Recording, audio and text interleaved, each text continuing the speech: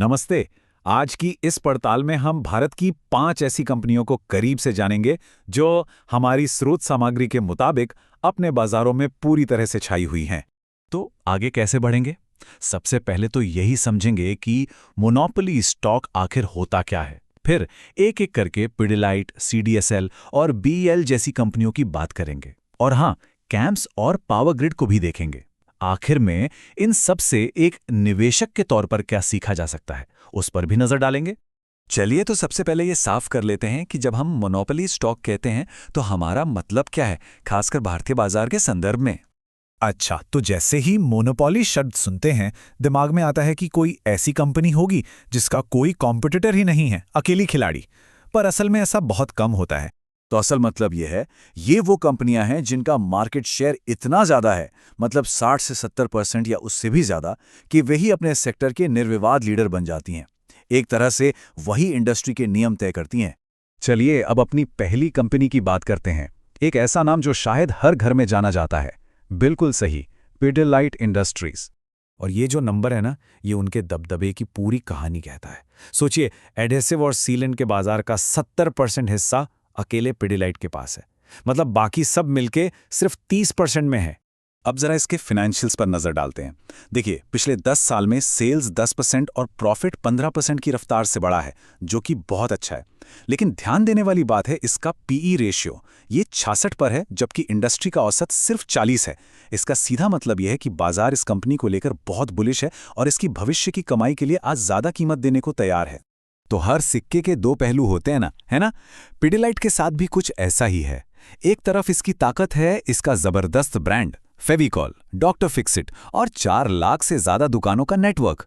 दूसरी तरफ कुछ जोखिम भी हैं, जैसे कच्चे माल, खासकर वीएम की बढ़ती कीमतें। और अब तो एशियन पेंट्स जैसे बड़े खिलाड़ी भी स्पेस में आ रहे हैं, तो कंपटीशन भी बढ़ रहा है। अच्छा, पिडिलाइट की कहानी तो देख ली। अब बात करते हैं एक ऐसी कंपनी की जो शायद पर्दे के पीछे से काम करती है, लेकिन भारतीय शेयर बाजार की एक बहुत जरूरी कड़ी है, सीडीएसएल। जरा ये देखिए, देश में जितने भी नए डीमैट अकाउंट खुल रहे हैं, उनमें से लगभग 80% सीडीएसएल के पास हैं। मतलब हर 5 में से 4 नए निवेशक अपना खाता सीडीएसएल के जरिए ही खोल रहे हैं। ये दिखाता है कि रिटेल इन्वेस्टर्स के बीच इसकी पकड़ कितनी मजबूत है। और ये जो ग्रोथ के नंबर्स हैं, ये तो कमाल के हैं। पिछले 5 सालों में सेल्स और प्रॉफिट दोनों ही 38% की दर से बढ़े हैं। इसकी वजह साफ है, पिछले कुछ सालों में भारत में रिटेल इन्वेस्टिंग में जो बूम आया है, उसका सीधा सीधा फायदा सीडीएसएल को मिला है। जितने ज्यादा लोग बाजार में आएंगे, उतना ही इसका बिजनेस बढ़ेगा। तो ये पैसा कमाती कैसे है? इसका बिजनेस मॉडल बहुत ही सॉलिड है। ब्रोकर से सालाना मेंटेनेंस चार्ज, हर शेयर बेचने पर ट्रांजैक्शन फीस, आईपीओज और बोनस जैसे कॉर्पोरेट एक्शन पर फीस। मतलब शेयर बाजार में होने वाली लगभग हर हलचल से इसकी कमाई होती है। चलिए अब गियर बदलते हैं और एक बिल्कुल ही अलग सेक्टर में चलते हैं, डिफेंस सेक्टर। और यहां बात करेंगे भारत इलेक्ट्रॉनिक्स लिमिटेड यानी बीईएल की। ये एक सरकारी कंपनी है और डिफेंस इलेक्ट्रॉनिक्स के मामले में इसका दबदबा देखिए। बाजार का 60 से 65% हिस्सा अकेले बीईएल के पास है। ये भारत के रक्षा क्षेत्र का एक बहुत ही अहम हिस्सा है। और ये नंबर 73,000 करोड़ रुपए। ये वो ऑर्डर्स हैं जो कंपनी के पास अभी हैं। इसे ऐसे समझिए कि ये कंपनी की सालाना बिक्री का करीब करीब 3 गुना है।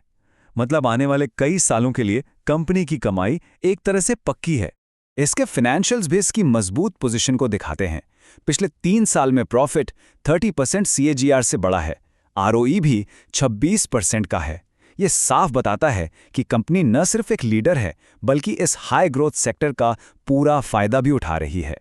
अब हमारी लिस्ट में 2 और कंपनियां हैं जो अपने अपने सेक्टर की, आप कह सकते हैं, रीढ़ की हड्डी है। एक है कैम्स, जो म्यूचुअल फंड्स की दुनिया में है, और दूसरी है पावर ग्रिड, जो देश के पावर सेक्टर का आधार है। कैम्स को ऐसे समझिए कि यह म्यूचुअल फंड इंडस्ट्री का मैनेजर है। जब कोई निवेशक किसी म्यूचुअल फंड में पैसा लगाता है, तो उसके सारे लेन देन, एसआईपी, स्टेटमेंट, ये सब कैम्स ही प्रोसेस करता है। देश के करीब 70% म्यूचुअल फंड का काम यही संभालता है। तो सीधी सी बात है, म्यूचुअल फंड इंडस्ट्री बढ़ेगी तो कैम्स भी बढ़ेगा।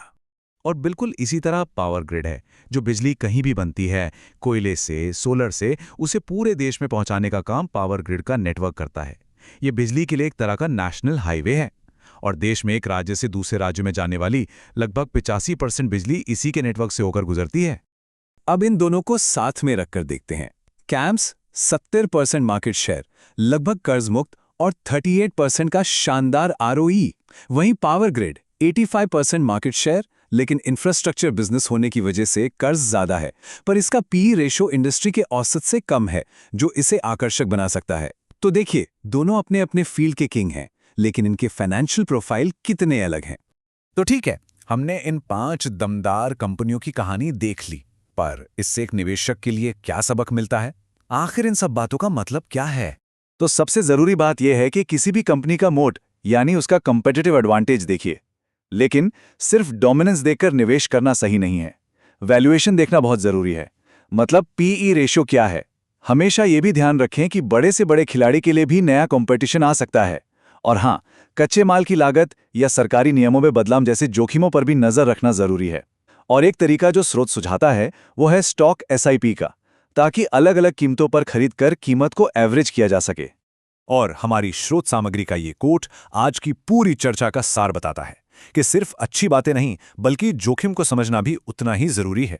एक बैलेंस नजरिया ही सबसे अहम है। तो जाते जाते एक सवाल, ये कंपनियां आज तो अपने बाजार पर राज कर रही हैं, इसमें कोई शक नहीं, लेकिन इतनी तेजी से बदलती अर्थव्यवस्था में क्या ये हमेशा टॉपर रहेंगी? कल का लीडर कौन होगा? शायद यही सवाल लंबी अवधि के निवेश का सबसे बड़ा चैलेंज भी है और सबसे बड़ा मौका भी।